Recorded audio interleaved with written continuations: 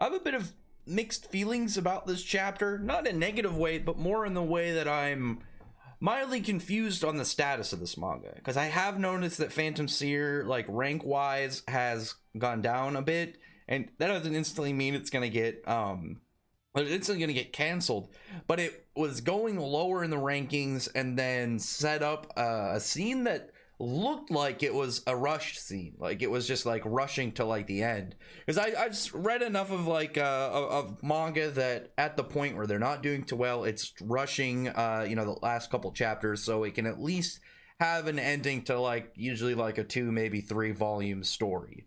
And it had that while in the last chapter, but this chapter it kind of steered away from that. I'm wondering if the mangaka was kind of like laying it out there just in case, but like maybe got like the thumbs up of continuing for like another volume or something, because Phantom Seer is definitely interesting. I like the world so far. I like the powers and the setup, the main cast, and my favorite is definitely Yayoi. She is very cool. I like her character as like this very kind of creepy, super powerful witch lady that's training Riku.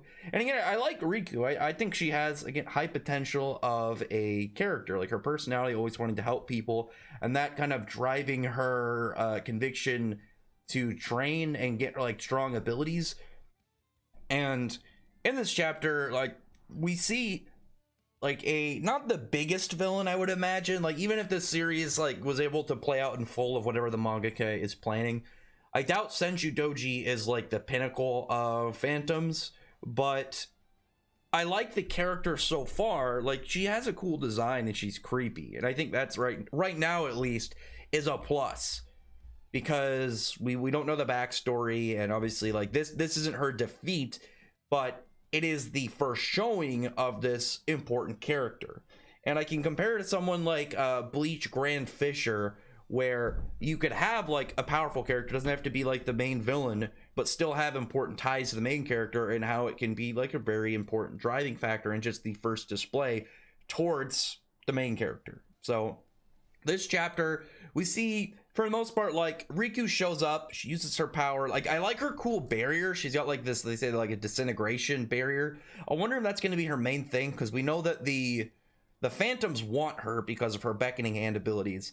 So if she can get them to draw always to her and then put up like these barriers of disintegration to destroy them like when they get close enough to her, and then whatever kind of else she develops, because the barrier power is really quite, it's kind of like an offensive ability of like Rukia's whole like event. I was gonna say healing ability, but it's not a healing, it's like an event rejection ability to kind of like undo things that happened. And it has that kind of potential combo that Orihime was like. Orihime's like abilities in general like had super broken potential, but like based off her personality and who she was, she used it more for healing, because she was just, a very kind-hearted person and just wanted to do nice things for people. Like, she just was a very pure person, very pure girl that just kept getting swept up in all this. And like, we know like how her ability worked, and if she was like a more combat person, like Tsubaki would have been like way more powerful, but she instead like tried like kind of more shifted to fit more of like how she was personality wise, way more of a support character.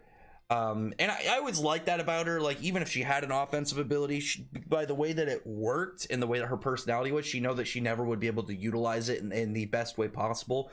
So she kind of repurposed it in the best way for it to fit her. And I always liked that. Like, even if she is a support character, she is somebody that isn't much of a fighter, she herself realizes that and realizes that she needs to kind of evolve her support abilities to kind of like be at her the best that she can have. And so I like that about her. I get that kind of the same vibe from Riku, and I like that, as I know that's one thing that like some people don't like, is when you have like the female character be the support. Like, even if they're support, like, it depends exactly how it's depicted. You could have someone like not the best example, like Black Clover, because Black Clover has a lot of healers. It's not the same, or a lot of support characters, it's not the same, but like generally healer is like the base, like the poster for support. It's like the main thing obviously for like a support character is being a healer. But being a healer doesn't mean bad. Like, look at someone like Mimosa in Black Clover. Primarily a healer. She does have a little offense that she developed after realizing she needs to. But she is a very good support character, and her personality plays into it. And again, a character compare Orihime. But you can also have a character that is a healer, kind of support someone like Wendy from Fairy Tail, but also like develops the ability to fight, which is kind of like what I see like set up for Riku. And I like that. I like that it's like taking that side of her personality that makes her so like, not like she's not like super good at something yet, but has the potential to. And it does it in a way that's going to be very beneficial to other characters, because obviously with her wanting to help other people, being a support makes a lot of sense. And her like doing what she can and always her doing what she can to always make it so she can be beneficial to not just like other shamans, but anyone they're trying to save, I think fits her character very well. But like Senjudoji does take interest in her, and we get like some cool parts where Iori is like, all right, now I can kind of like let Ongyoki do like be a little bit more uncontrolled. He's just letting him kind of like go loose, and he's actually able to get some damage on Senjudoji this chapter. And Senjudoji,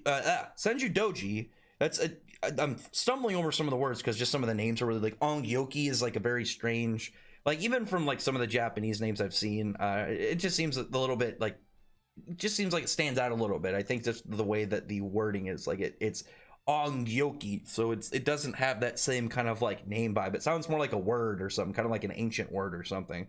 I'm not sure. I'm sure if I looked into the lore of it, maybe it like ties back to some like Japanese folklore spirit or whatever. Same thing I guess with Senjudoji, because with the phantoms, that's been my guess is what like the author is doing, because I know Japan has just a lot of folklore monsters that are there's way more than probably what you'd get if you just kind of like looked at a lot of like standard shonen, because you have to delve into the topic of them itself to really kind of see the full extent of how they are. Because like generally people know like the famous monsters and stuff from different cultures, but you have to focus on one to really see the full extent, to see how many strange ones there are that you would never know otherwise, because they're not like the popular ones in media that you would generally see.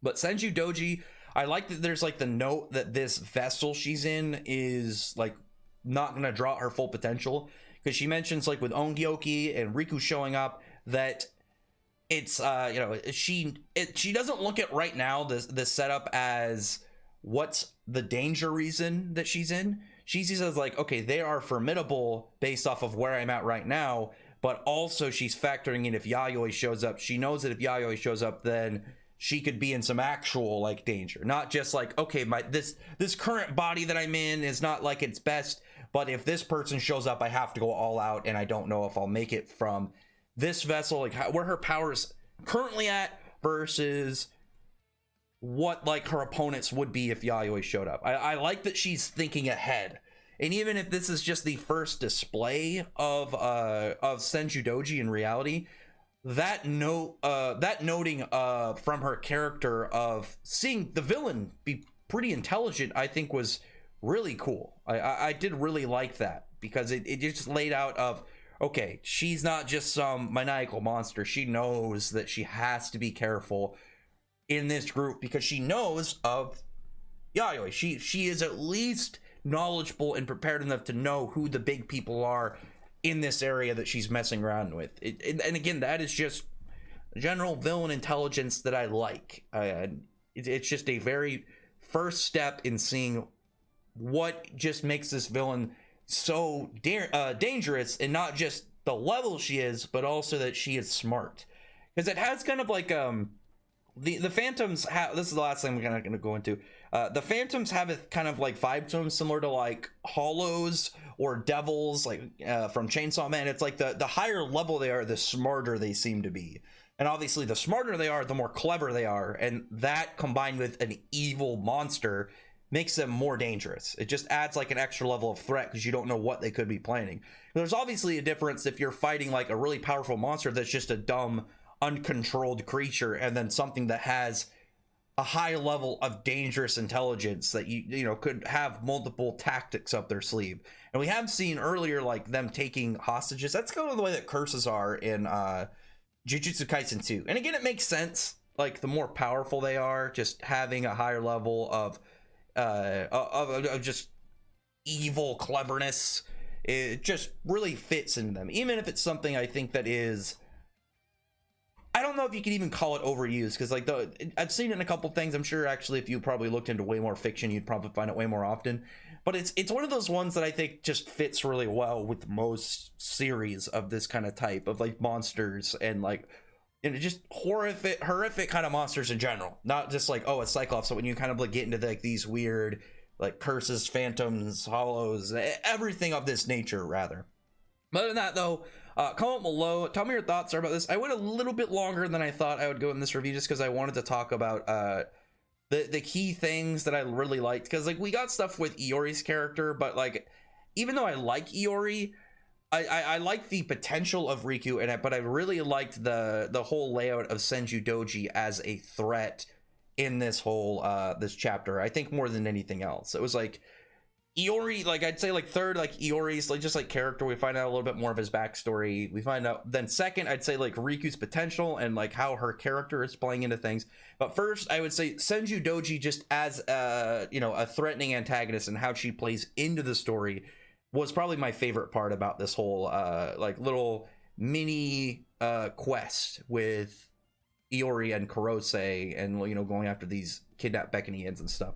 But other than that though, comment below. I really would appreciate it. I don't know what it is about Phantoms here. It's making me like stumble over my words really heavily in this review.